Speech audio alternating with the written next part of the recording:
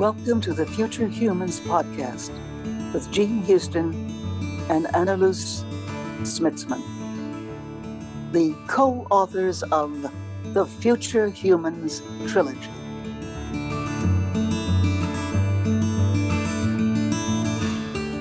Hello, everybody. What a wonderful day we have for you, because today we have the great pleasure of welcoming two esteemed colleagues who work very closely together, Professor Menas Kafatos and Professor Sudip Patra. Sudip and Menas work so closely together, I think that together they're reinventing the world, which quite frankly at this moment needs a reinvention.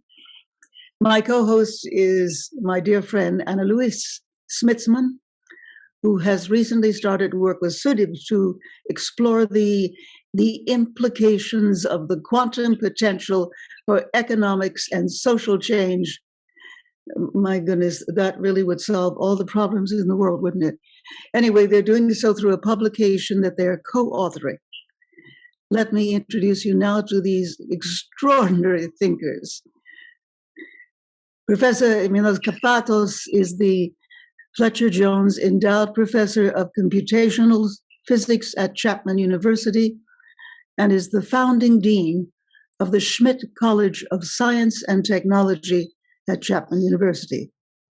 He directs the Center of Excellence in Earth Systems Modeling and Observations and has published numerous books, including The Conscious Universe, I read that one, and The Creative Cosmos with Deepak Chopra. He grew up on the island of Crete, and he's always been fascinated by the vastness of space, and he questions the questions that arise that relate to the whole blooming universe. His current focus is on the intersections between science and spirituality, the nature of reality, and the quantum implications for everyday life. His co-author, Dr. Sudip Patra, is living in India and is an associate professor there at O.P. Jindal Global University and executive deputy director of the Complexity Economics, Applied Spirituality, and Public Policy Research Center. That sort of covers the world, doesn't it? His current focus is on the quantum-like paradigm, quantum foundations, and complexity science applications in and for economics and social sciences. And he is working now with Menas on a book project for a wide understanding of quantum-like reality. It's about time somebody's doing that. And with Professor Kaufman on developing a new framework of emergence of the classical world based on affordance, quantum zero effect, and decoherence. Dear friends, a great warm welcome to our podcast. Now to my dear co-host, Anneloes Smitsman. I believe you will have the first question for these gentlemen, yes, Anneloes? That's right, and those questions are the big questions of life. So although we only have an hour to be here with all of you, we're going to see how far we're going to get. So thank you so much, Professors Menas and Sudip, for joining us. It's really a great honor to have you both here as our guests. And the questions that we have been exploring, they will take a single lifetime, won't even be enough. And these are actually also the questions that keep me awake at night. I feel very passionate about it, and it might even be similar for both of you. In our Future Humans trilogy, we explore the quantum reality of our universe and principles such as non-locality and the implicate orders of reality in the form of narratives and characters that we can all relate to, which is really our contribution to making these hugely fascinating topics and complex ideas more accessible to the mainstream. I will read one small passage and then we go to the question that we have for both of you. And this is from our book, The Quest of Rose, which is the first book of our Future Humans trilogy. And that beautifully phrases the context. So this is how it goes. The new paradigm sciences confirm what the ancient mystics have said from the beginning. The universe is truly a great unity, which becomes even more apparent when we explore time as a living field in which future, present, and past are simultaneous and co-arising. Above all, this is the science of learning the ways in which the local self joins in the adventure of becoming resonant and reflective of the ultimate self, the great oneness, which we call the cosmos. So our first question that we'd like to explore with both of you is, how does consciousness as fundamental reality make localization and individuation possible? Now, for our listeners who may not understand those very big words, I'll try to say it more simply. How would consciousness then, as the ground of reality, and it being so vast and all-encompassing, make it possible for us to be here in this human form and exist in our individual expressions of this universal vastness? Menas, if we may begin with you and then with Sudip after that. Thank you both. Thank you, Anneloes, and thank you, Jean. We speak first name basis for the honor and invitation. And this, of course, this first question is would take a very large number of volumes and a lot of thinking and a lot of approaches that we do not have time in an hour, but actually each one of us is covering maybe about 10 minutes for each question. So let me just get right to it. Let me just paraphrase it, but it's the same idea. How does the vast consciousness manage to become local and to appear as local beings? So both Sudip and I adhere to the view of a quantum-like universe, and I want to emphasize quantum-like, which is, of course, quantum at very deep levels, but also extends to all scales of existence, whereas traditional thinking among, in fact, a lot of physicists is that the quantum only really applies at the nanoscale level or atomic level, and, of course, even smaller levels, and not really at the human level or above. Well, we already know that, in fact, that is not the case because we have quantum phenomena that apply the biological scales. For example, chlorophyll, the whole processes of chlorophyll and beyond are quantum, actually quantum, not even quantum-like, but quantum. And now we actually see the evidence that in some ways, quantum phenomena really apply to the large-scale structure of the universe. So they're not small scale only. So having said that, how does universal consciousness manage to do that? We call her she, to emphasize the feminine aspect of creation, because in the Hindu way of thinking of philosophical systems, the creative energy is feminine, not female, but feminine, to indicate the active part. Whereas the masculine aspect is more passive. The two, of course, the passive and the active, are inexorably connected together.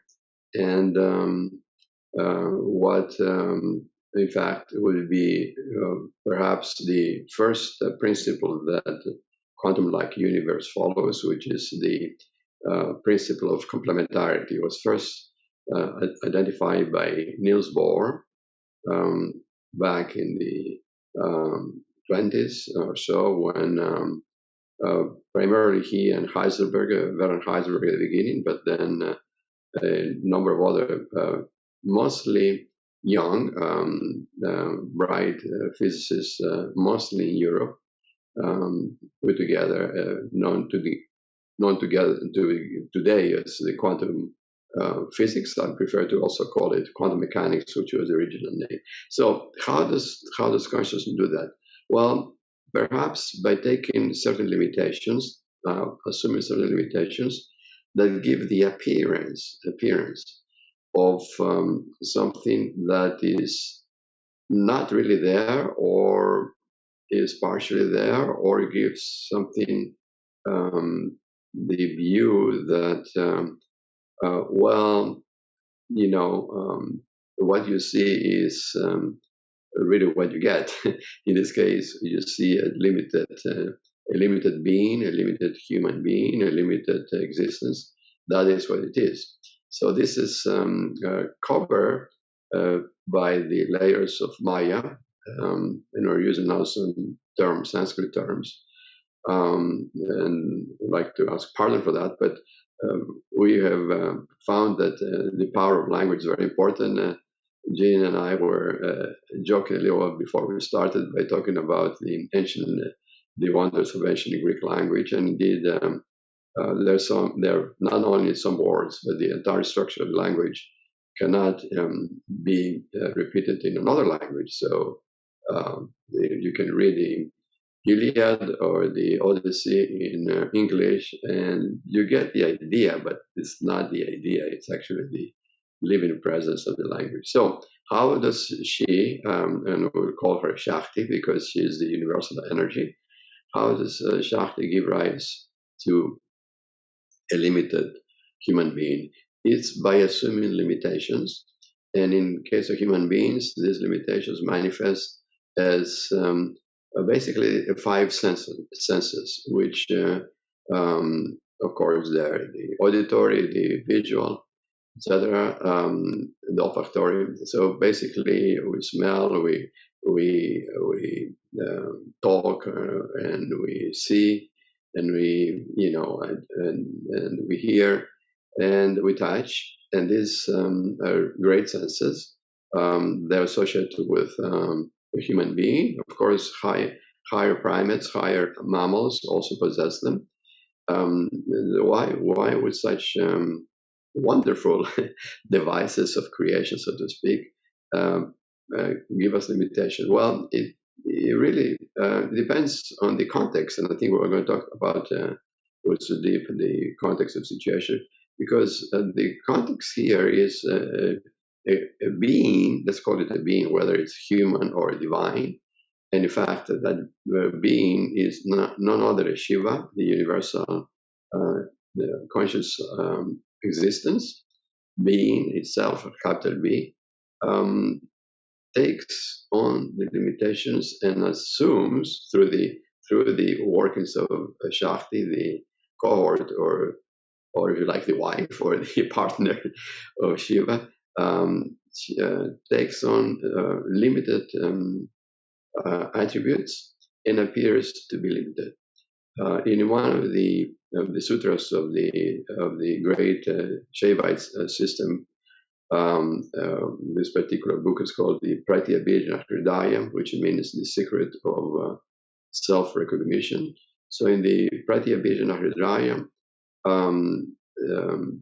Chitti, which is another name for Shakti, Chitti meaning the universal conscious mind, says that there's no difference between universal mind and individual mind. This is actually a big statement, because we human beings think that, my mind is different than your mind. And as soon as we have that assumption, everything else follows and goes downhill.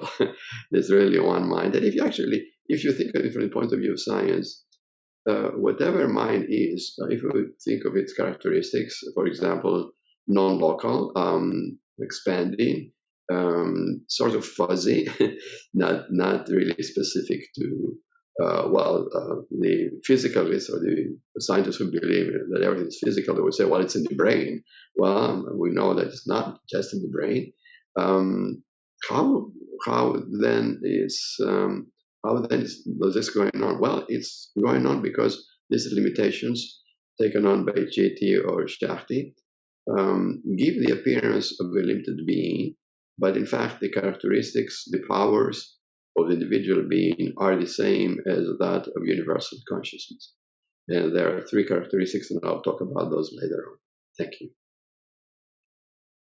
Thank you so much. And I love what you shared, because in our trilogy as well, we're talking about the feminine aspect also as a contraction. So to be able to, for the universe to contract, creating boundaries and therefore context in the mystical Jewish Kabbalistic tradition, and talking about constrictions as well in order to make creation purposeful and to make it manifest and to constrict or conceal in order to reveal. So what you just touched on is, I think really, really fundamental. And, exactly right. Sudip, would love to hear from you to build on this.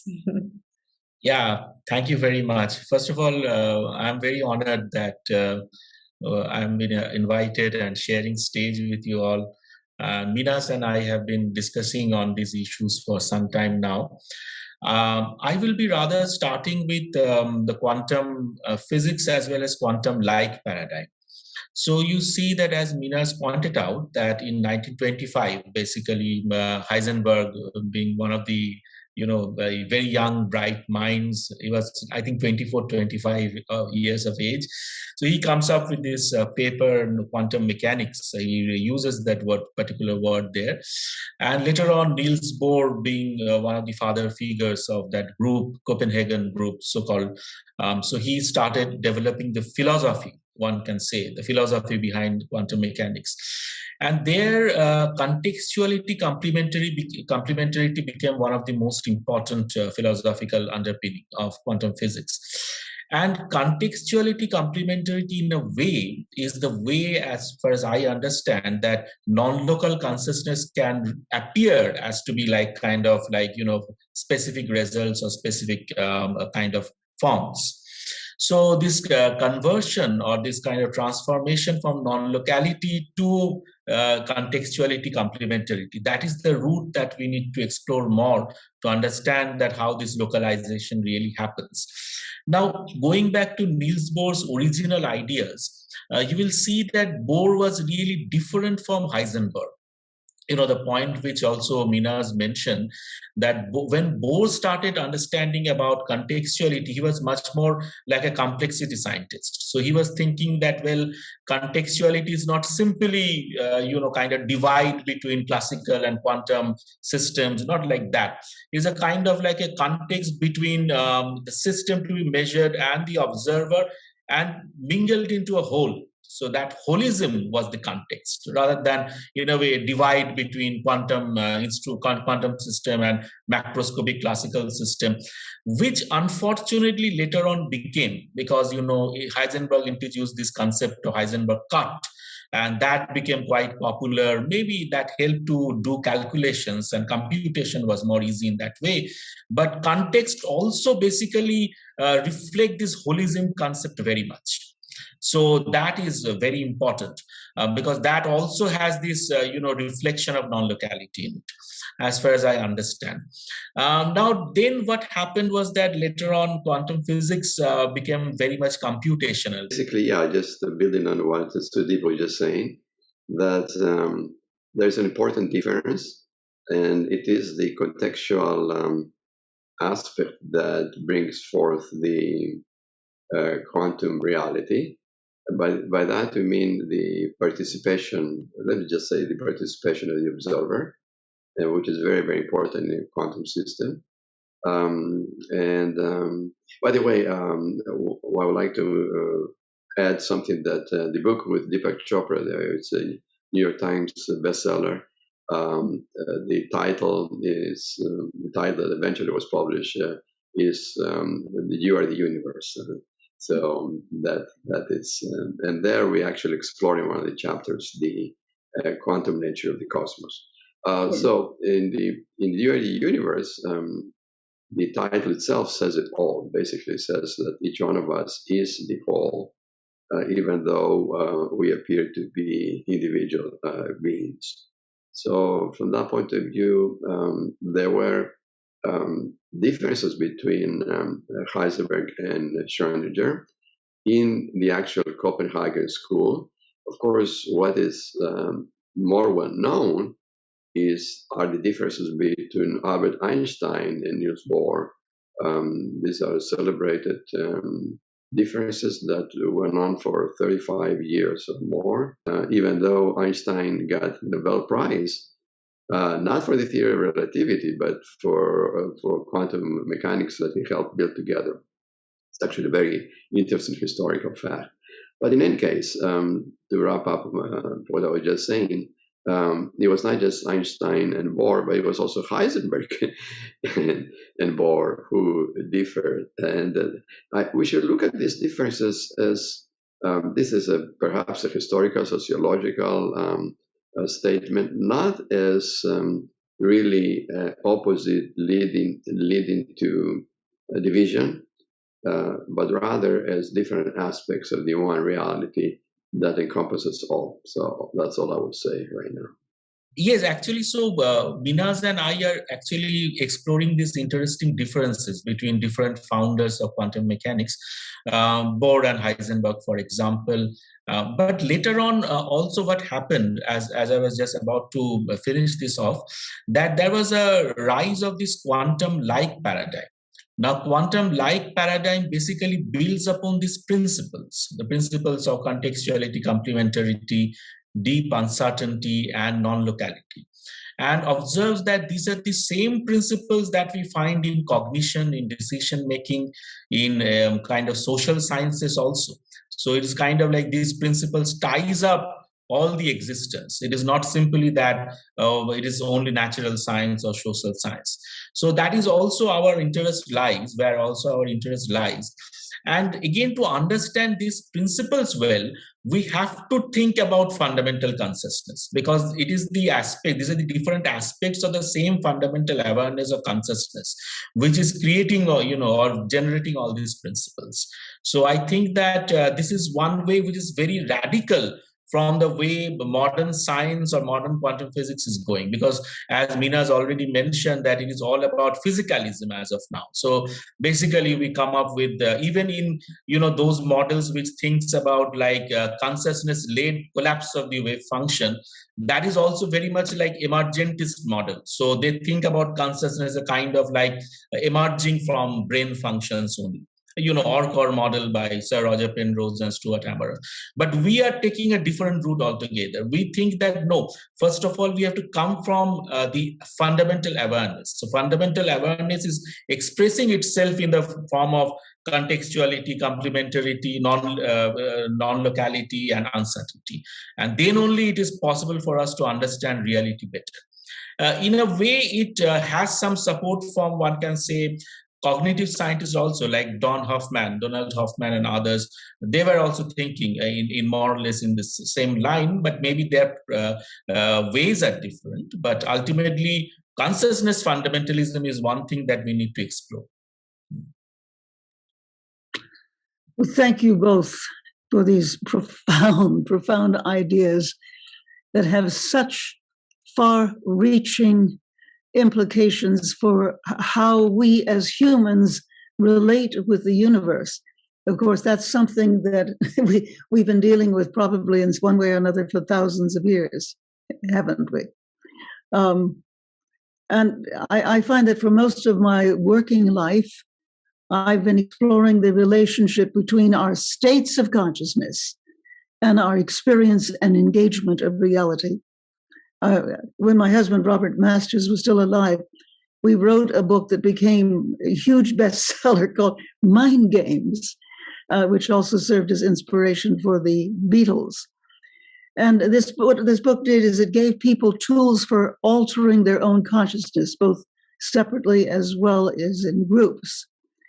And I have found that in my decades of working in consciousness research, guiding people through time-altering experiences, that when people enter into what's called higher consciousness states, they seem to access information about themselves, about others, and even about the universe, which is frankly remarkable and at times seems miraculous. Where could they have found that?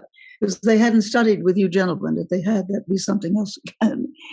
But it was interesting that all these experiences that so many people go through, these with remarkable creative breakthroughs and discoveries, which leads me to our next question.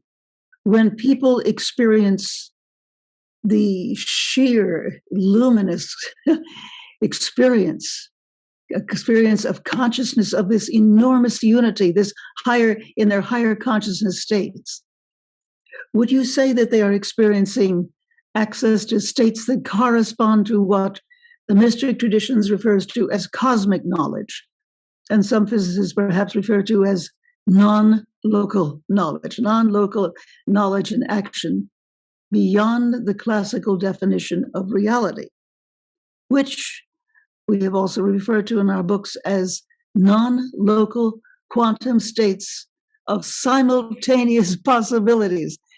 So, dear Professor Menas, if I may ask you again, question first, and after that, Professor Sudip. Thank you, Jane. Again, another profound question. How does, basically, it ties to the first question or to the first point. So we emphasize the limitations that are perhaps brought about. In the case I brought about, I mentioned the human existence through the sensory input, and Sudip talked about the characteristics of quantum-like. I would say, and this is something that I would like to emphasize, that being non-local and universal is easy. In fact, it is the easiest thing in the universe. The difficult thing is to have individual existences. So the physicalist or the materialist point of view, that maybe 80%, I would say, maybe it used to be 95%, but now it's 80% of scientists adhere to, is that, well, this view of the cosmos is that you build the whole from the parts. So it's like you build a house by taking bricks, and by taking mortar, by taking glass, by taking iron, etc., paint, and that's how you build a house. Yes, that's how you build a house. However, the contextuality situation is, if you don't have a blueprint, if you don't have an idea what the house or the cathedral or the temple is going to look like, and start putting together paint and glass and iron and steel and mortar, etc., you're going to get nothing. You're going to get a mess. It's just like you're not going to get any structure. So the structure arises from the infinite, not the other way around. And this is a fundamental problem of physicalism that perhaps we ought to point out a bit more with Sudip and others, that it's easy to come down, so to speak, or to say that it's easy to descend from the non-local reality, that means in space and in time, and in other ways also limitless existence, to limited beings. And in fact, those limited beings would probably have to be, I cannot prove it, but I have a hunch they will probably have to be infinite in number. It's easier to come down, or that is a piece of cake, as we say sometimes in English, and impossible to go the other way. You don't form wholeness by taking just bricks and mortar and glass, put them together, unless there is a plan, unless there is an overall blueprint of what you're doing. So this is I think, an important point to bring out, and maybe we quantum physicists should emphasize that a little bit more. Thank you. It's fascinating, sir, that when you look at some of the things happening simultaneously in the beginning of the 20th century, there was at one hand, in the spiritual literature, there was a great deal of translation of this literature that dealt in its own way with the nature of the universe that really runs parallel to many of the things that we subsequently discovered. But at the same time, Einstein is writing his early equations, and it is the birth, or at least the pre-birth of quantum physics. So these two great arenas of knowledge and understanding coming together at exactly the same time. I find that fascinating. Professor Sudip, how do you respond to these things? Yes, I think that, this debate is really so fascinating and deep. You see that you rightly mentioned about simultaneous things happening in the history of science. For example, I will also get back to another personality, John Neumann. So John Neumann, another mathematical prodigy, student of David Hilbert. Now, the same person was creating mathematics for quantum mechanics and also writing books on classical game theory. And you see that these two formalisms are completely different. I mean, classical game theory is very much, rational mind and very much like classical Boolean logic thinking, as we can say. On the other hand, Hilbert space modeling for quantum mechanics at times defy all that. So you have this superposition principle, you have interference and so on, non-locality, etc. So it is fascinating to see that how the same human mind can think in two different ways completely. And later on, you can see that, this became like completely two different branches.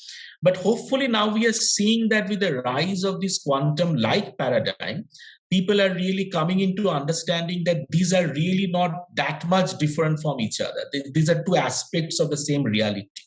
So when we are saying that something actualizes, that is like our typical classical world, so-called classical world.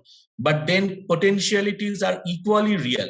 Actualities are also real, potentialities are also equally real. So we need to come up with a greater framework, as Menas was pointing out, that which can really show that these are different complementarities only of the same great reality. And if we really have to think that, then we have to think from we have to begin from the infinity. We have to begin from, that fundamental awareness. From that, this complementarities arises, which we call it as like classical world, or we call it hard world, or something like that. And I think that currently some scientists are really thinking in that way. Certainly, Menas has done a lot of work in that direction. Others are also thinking in more or less the same direction, though still a lot of things have to be done, because we really do not know what kind of appropriate mathematical frameworks we need to build that kind of a thing, because we have been so much well trained in physicalist view that it is very difficult to go outside that. But here I will just bring in two interpretations of quantum mechanics which has recently happened. One is this cubism, that quantum Bayesianism. It started off in that way. Now, cubism tries to say that, this so-called non-contextual objective world is basically an illusion. We really don't have that objective world outside an observer. And on the other hand, quantum formalism is basically a kind of like a guidance, a kind of like a decision theory, which you use to navigate in this kind of an uncertain world. So at least, this particular interpretation has moved away from the typical observer-observed divide and typical classical versus quantum kind of a divide. Relational quantum mechanics is also more or less in a different route, saying that, it's all about contextuality. So it is all about like kind of relations between systems and relations between observers. That is the fundamental thing about this universe, not an objective world outside there, or there's no existence of the objective wave function outside your consciousness. So I think that these are quite important thinking. And definitely then going back to the main question, that when we think about this non-local consciousness, or go to this higher state of consciousness, definitely I think that is the way to go. When we go into the higher states of consciousness, we realizes that non-locality. Now, I find that the main fear in among traditional physicists is that non-locality will completely break down special theory of relativity, because non-locality is like action at a distance, and if you think action at a distance, then relativity will be gone, as Einstein himself feared a lot. But maybe that we need to think about different understanding of non-locality altogether. Why is it the case that we cannot do physics with help of non-locality? Why we are so afraid of it? So that we also have to think, as far as I see. That's a funny thought, but there's some reflection that comes. Maybe what you just expressed, why we're afraid of that, perhaps this is why some men have been afraid of women. Because, we love to play with non-locality, I tell you. And so here's the great paradox of, if the feminine principle is indeed about contextuality, can also create constrictions, and don't we know that with mothers, how they can put boundaries in place? Perhaps it because of the feminine principle being able to do that, we don't get lost in it. Whereas if you apply those principles in a very rationalistic, deductive manner, then you do get lost in it, because then that's exactly when you get to this kind of thinking of trying to create the whole from the parts. So it seems to me as well that, when we're really integrating also the feminine and masculine principles in our own thinking and approaches of these bigger questions, perhaps this is also where we're going to make these breakthroughs. Another thought I wanted to share with you, which I really appreciate what you just said, Sudip, is about potentials. They exist now. And indeed, this is also the theory of time that we've been working with, how future exists now, but in a state, as information in a state of potentiality. And therefore, it is something that people can explore already. And in the very exploration of it, it also can then activate higher orders of possibilities. And so on that topic of time, we would like to share and ask our kind of final question for this podcast. And that's really about, our perception of time. As Jean shared earlier, it's been the focus of her work. It's been also the focus of my work for a very long time. And, there are many documented stories of people that experience profound states of timelessness. I've experienced this myself also several times in my life, also in the transitions between, waking up or being in what you call a lucid dreaming state. So you're conscious that you're dreaming. And what I found myself was fascinating about those experiences is that the timelessness is not that you get lost in a nothingness. In fact, it's like you are behind the scenes, and it's as if you are able to observe the very beginning, but you also experience the ending that's already in the beginning. So it's like the seed of the ending in its beginning. So the beginning and the ending of the universe, but then as a cyclical process, as life, and then being able to go from as vast as universes to your own life and lifetimes and cycles, and this whole patterning of life, so that in this timelessness, it actually creates an incredible contextuality for the continuation of consciousness, simultaneous awareness of the changeless nature and the nature of change, and also how in an experience of a split second, it's like we can experience eternity itself. So we'd like to ask, for the final question related to these experiences, would you say that when we enter into these states of timelessness, that perhaps we would be experiencing reality from subtle orders of consciousness that precede or are beyond space-time?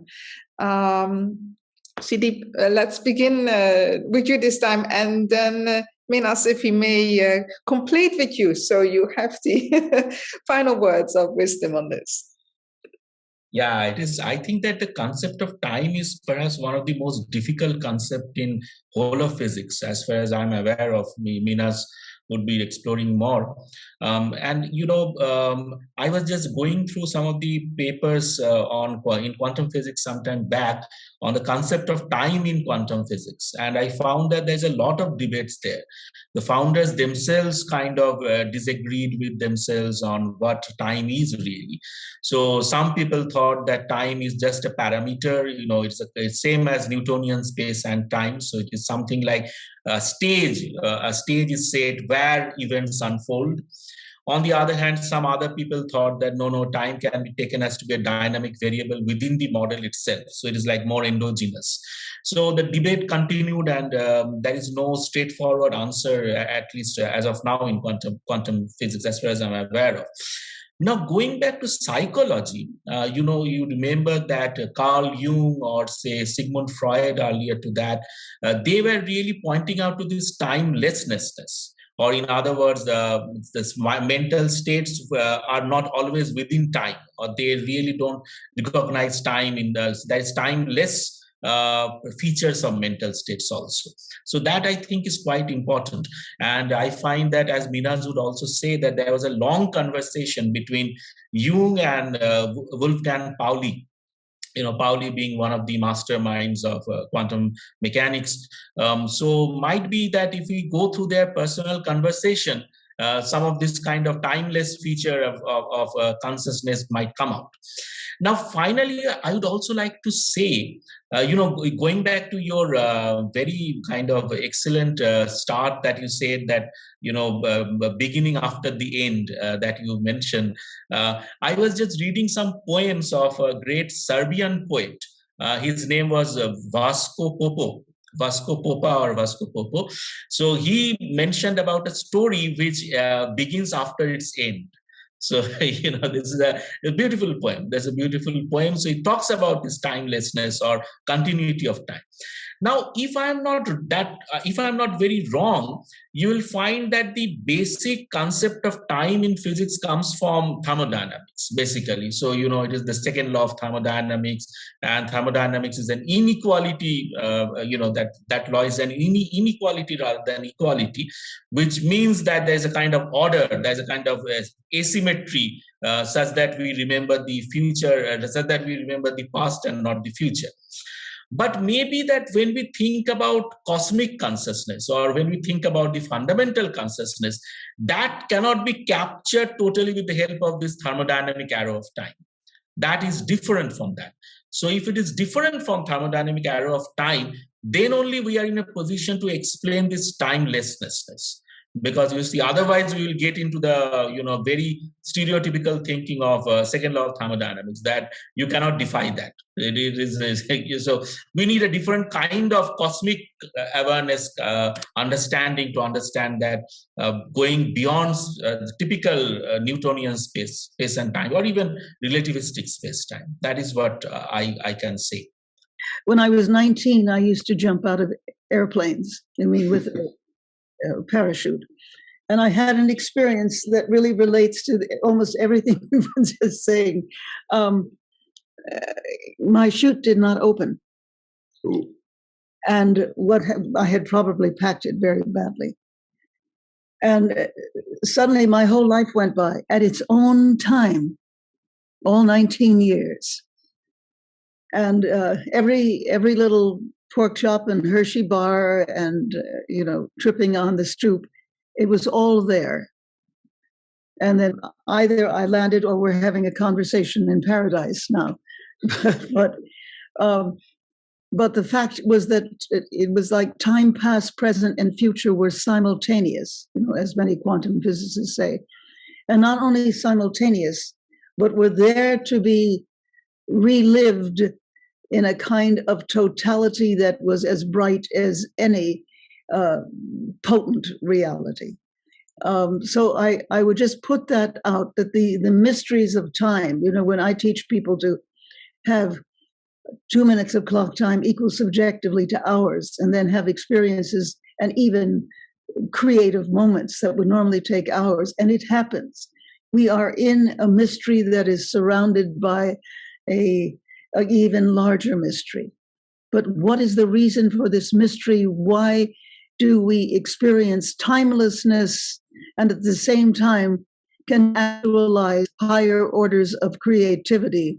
When I was 7 years old, I met Mr. Einstein, and he said to me that, he said, I'm not a mathematician. He said, my students do the work. I have enormous imagination, and I imagine things so thoroughly that they become real. And so he was always on the great dialectic between reality, imagination, and creativity, which I think was also part of my experience. It's a beautiful quote of Einstein, and if that captures his own dilemma, but of course also his vision, because in many, many ways, Einstein was also right. With, again, our dichotomous mind says that, well, Bohr was right and Einstein was wrong, when it's not at all the case. It's just different aspects of the human reality. So in terms of this whole point of trying to put together the contextual aspects, and particularly the time aspect, which seems to rule our lives to no end. Space perhaps is a little bit easier to handle. Space is associated with objects. You see an object, and that defines, in a way, the distance. You say, oh, that book is over there, that picture is over there, Jean is over there. Now, in this particular case, Jean is not my screen. She's somewhere else in another part of the world, right? Same with all three of us, or four of us.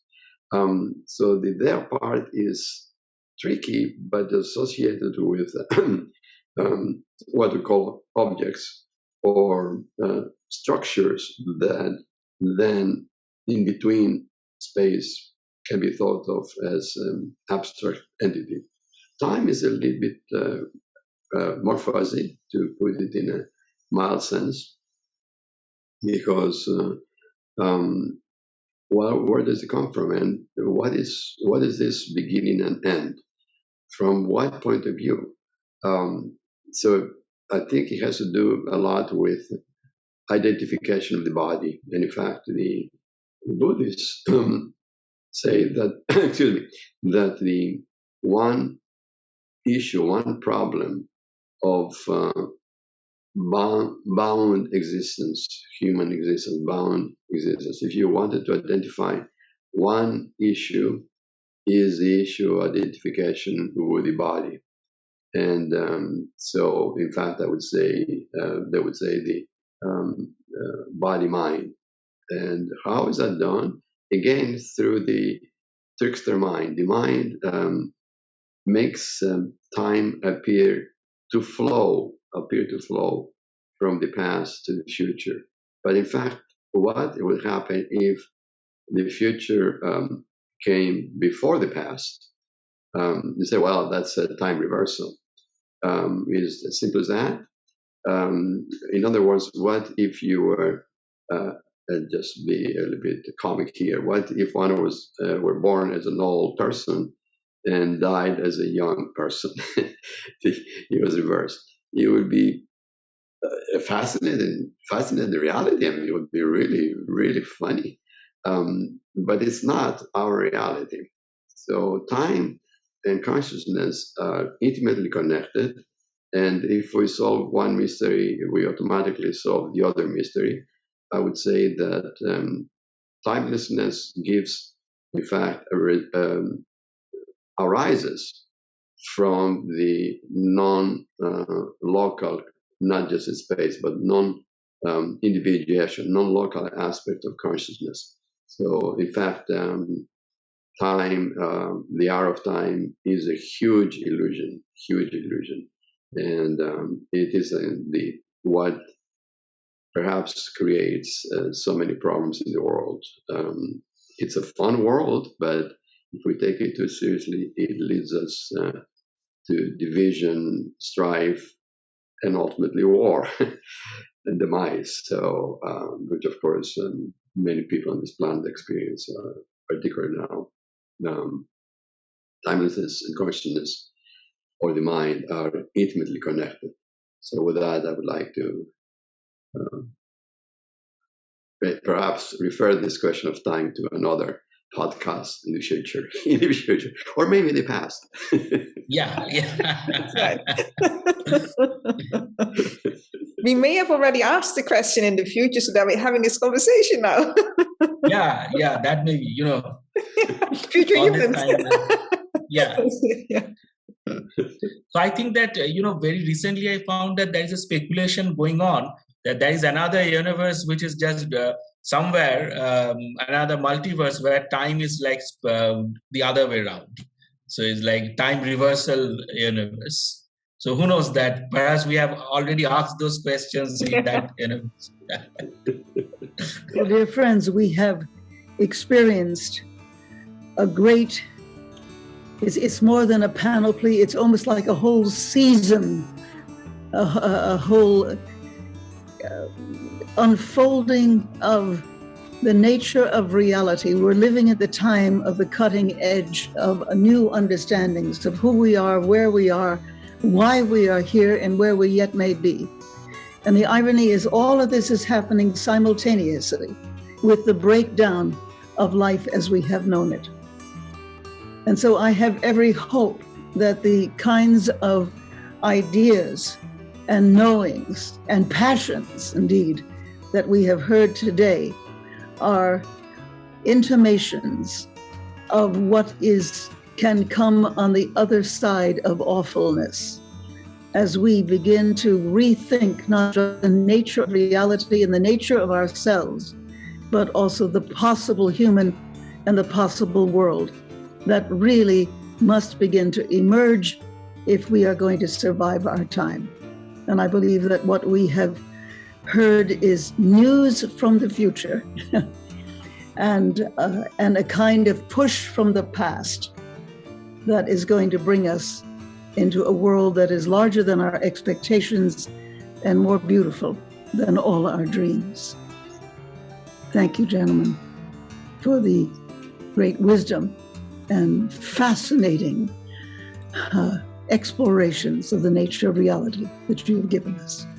Perhaps these sounds from the future and the past are echoing through our awareness, and the primacy of consciousness is what's behind, which is non-local, non-local in space and in time, and always, as soon as you say that, of course, it's always existence and boundless. And again, remembering that perhaps this, you think, is the simultaneity, the hard thing is the appearance of separation. And if that we keep in mind, then perhaps this world will be turned into heaven that's supposed to be, and not into what its present state is, which of division, strife, and ultimately perhaps annihilation of the species. So thank you again for giving us the opportunity to address these issues. Thank you both so much. Till we meet next time.